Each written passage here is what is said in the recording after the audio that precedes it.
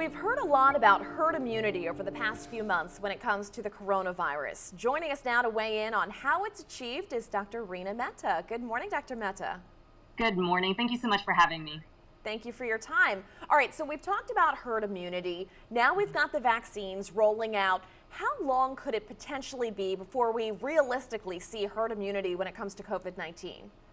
So that's a great question. So let me just explain what herd immunity is. Herd Sure. immunity is otherwise known as population immunity. That's when enough people in a community become immune to an infection so that it no longer spreads, so that it is no longer a pandemic.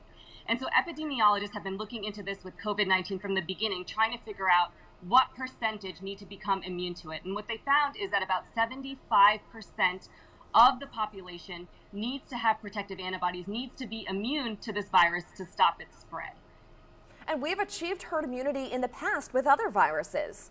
Right. So what I was going to say is while 75% sounds like a really high number, it may sound daunting. How will we ever get there? We've done it before. So we've done it with things like measles, mumps, polio, chickenpox. And so these are infections that were once very contagious. And now through effective vaccination, we rarely hear about outbreaks of these infections. So while it may take time, it's definitely something that's achievable with COVID-19.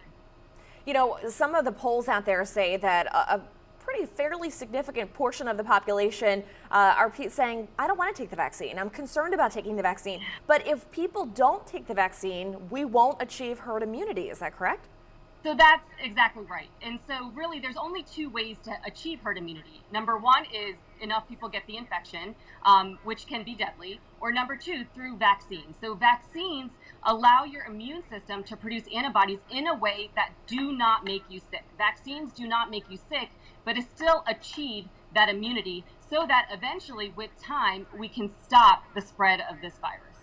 And the good news is, you know, as we've been reporting all morning, more and more vaccines are rolling out as we speak. Today, people 70 and older in Louisiana can have a chance to get this shot. Exactly. So far in the first 2 weeks, over 45,000 people in Louisiana have received the vaccines. Those are by priority, mostly healthcare workers and nursing home residents. Starting today, we're rolling into phase 1B, which includes people that are older than 70 years old and older, and those who work in outpatient healthcare facilities and those who receive home health services. And so if you are in that criteria, you can go to the Louisiana Department of Health website.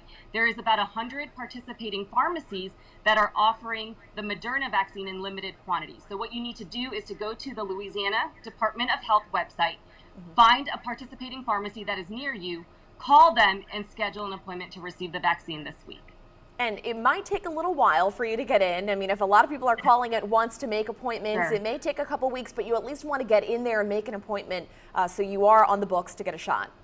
Exactly. This is the first step to vaccinating our public at large. And so the great steps in the right direction. This will take time, but it's promising. And getting closer and closer to that herd immunity, hopefully. Hopefully, yes, exactly. So go get your vaccine if you qualify. There you go. All right, Dr. Reena Mehta, thank you very much for your time. Thank you so much for having me.